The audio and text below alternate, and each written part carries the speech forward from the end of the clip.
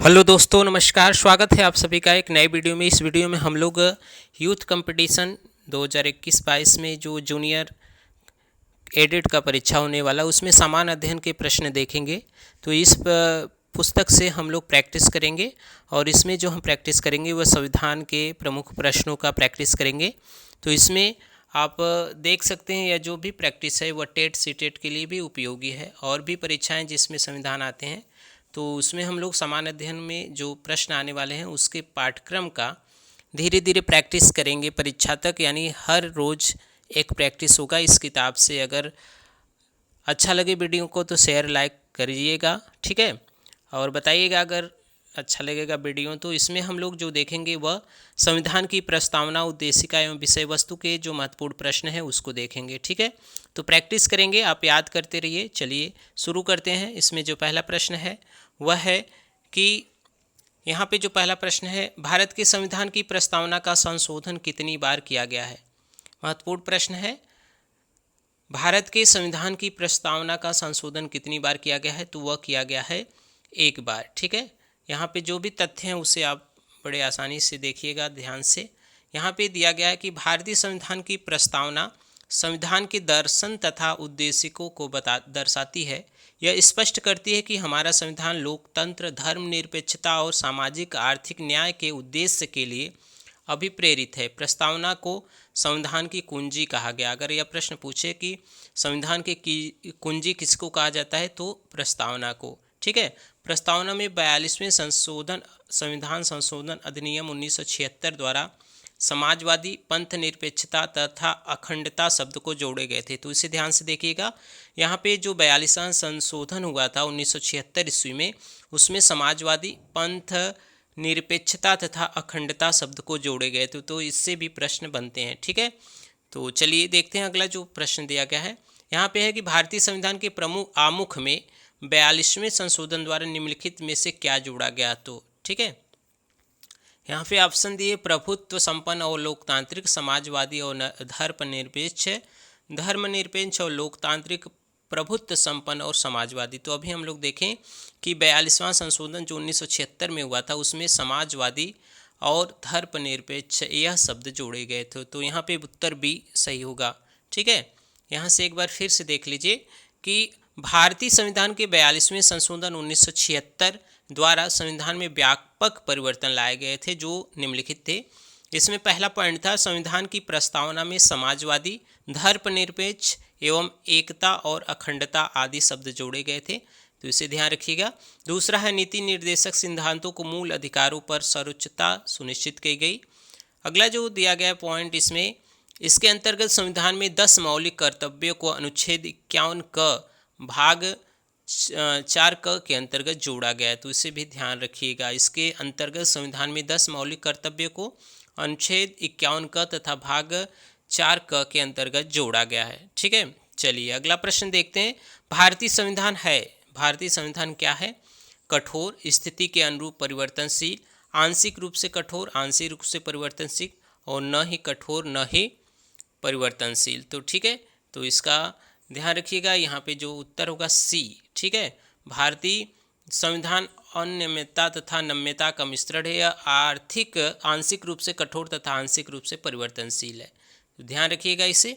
यहाँ पे उत्तर सी सही हो जाएगा, ठीक है। चलिए अगला जो प्रश्न है, किस वर्ष से भारत के संविधान की प्रस्तावना में 2 शब्द समाजवादी तथा पंथ निरपेक्ष जोड़े गए। तो जो संशोधन हुआ था 42वां संशोधन 1976 में, उसमें यह शब्द जोड़े गए थे। तो यहाँ पे 1976 ऑप्शन 1 में है, तो सही उत्तर होगा ऑप्शन नंबर ए। चलिए अगला प्रश्न है, संविधान की प्रस्तावना सभी भारतीय नागरिकों को निम्न में कौन सा एक उपलब्ध कराने के लिए वायदा नहीं करती है। देखिए वायदा नहीं करती, यहाँ पे प्रश्न दिया गया है। तो यहाँ पे देखिए जो है, तो यहाँ पे दिया गया पूजा की समानता, ठीक है। यहाँ वायदा नहीं करता। सामाजिक न्याय, राजनीतिक न्याय, विचार की स्वतंत्रता यह करता है। तो सही उत्तर होगा यहाँ पे डी, ठीक है। चलिए अगला जो प्रश्न है उसे हम लोग देखते हैं। अगला जो प्रश्न पूछा गया है, भारतीय संविधान की प्रस्तावना में निम्न किस शब्द का प्रयोग नहीं किया गया है, ठीक है। तो किस शब्द का प्रयोग नहीं किया गया है, यहाँ पे दिए गए हैं गणराज्य, अखंडता, संघीय, समाजवादी। तो देखिए गणराज्य, अखंडता और समाजवादी का उपयोग किया गया, लेकिन संघी का नहीं किया गया। तो भारतीय संविधान में संघी शब्द का प्रयोग नहीं किया गया है। ठीक है, इसकी जो प्रस्तावना है वह इस प्रकार है, इसे एक बार पढ़ लेते हैं। इसमें से प्रश्न बनते हैं। हम भारत के लोग भारत को एक संपूर्ण प्रभुत्व संपन्न समाजवादी पंथ निरपेक्ष लोकतंत्रात्मक गणराज्य बनाने के लिए तथा उसके समस्त नागरिकों को सामाजिक, आर्थिक और राजनीतिक न्याय, विचार, अभिव्यक्ति, विश्वास, धर्म, उपासना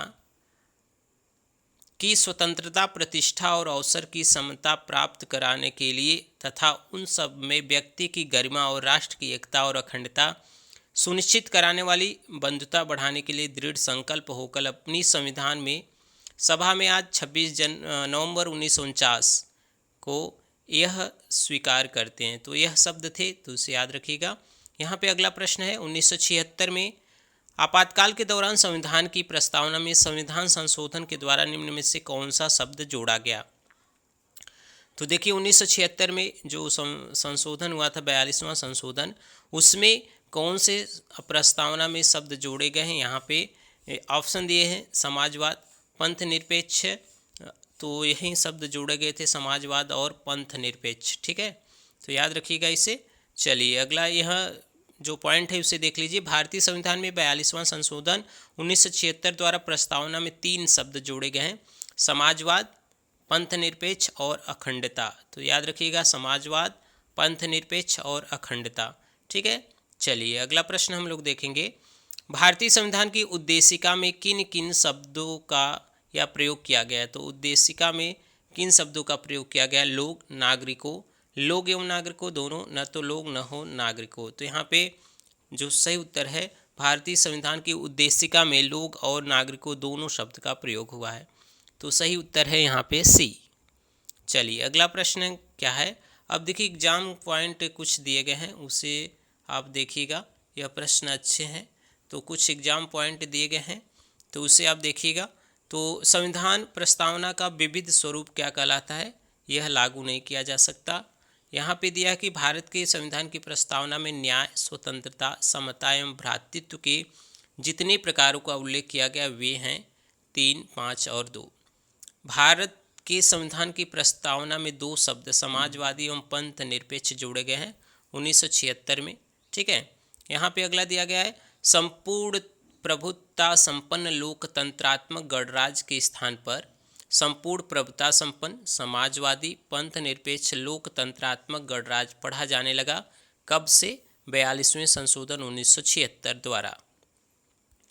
चलिए अगला जो प्रश्न है यहाँ पे दिए गए हैं, 26 नवंबर 1949 को अंगीकृत भारतीय संविधान की प्रस्तावना में क्या शामिल नहीं थे। तो यही प्रश्न है, समाजवादी, पंथ निरपेक्ष और अखंडता यह शामिल नहीं थे। ठीक है, अगला है कि भारतीय संविधान की प्रस्तावना में क्या वर्णन नहीं है। तो आर्थिक स्वतंत्रता का वर्णन नहीं है। अगला जो दिया गया है, किस वाद में उच्चतम न्यायालय के ने धारणा प्रस्तुत की है कि उद्देशिका संविधान का भाग है। किस वाद में उच्चतम न्यायालय ने धारणा प्रस्तुत की कि उद्देशिका संविधान का भाग है।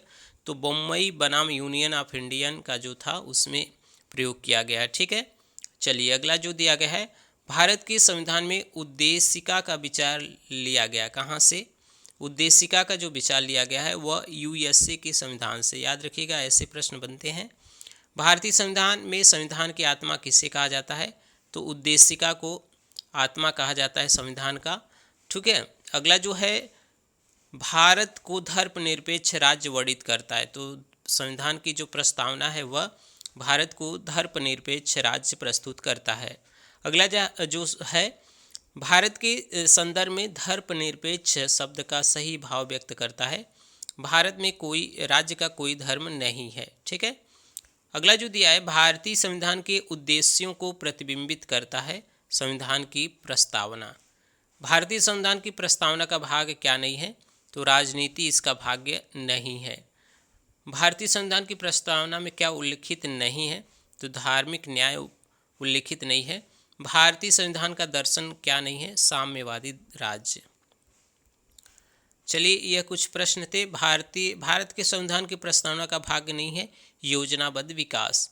अब आगे कुछ प्रश्न और दिए गए हैं। यह है संविधान में अनुच्छेद, अनुसूचियाँ एवं विभिन्न भाग से प्रश्न है, तो इसे हम लोग देखेंगे। यहाँ पे है, किस अनुच्छेद के अंतर्गत संसद को संविधान संशोधन की शक्ति दी गई है? किस अनुच्छेद के अंतर्गत संसद को संविधान संशोधन की शक्ति दी गई है? तो यह प्रश्न है, ध्यान से देखिएगा। तो अनुच्छेद 368 के अंतर्गत संसद को संविधान संशोधन की शक्ति दी गई। किस अनुच्छेद में है? 368 में। ठीक है, यहाँ पे देख लेते हैं।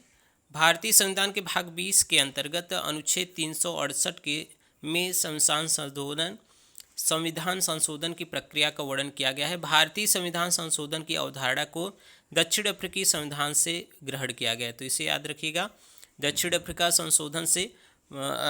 अफ्रीका के संविधान से लिया गया है संविधान संशोधन की अवधारणा। ठीक है, तो चलिए, यह कुछ प्रश्न थे। अब अगला जो प्रश्न है यहाँ पे है, उच्चतम न्यायालय द्वारा हाल ही में दिया गया आदेश जिसने राष्ट्रीय राजमार्गों के 500 मीटर के भीतर शराब के ठेकों पर रोक लगाई,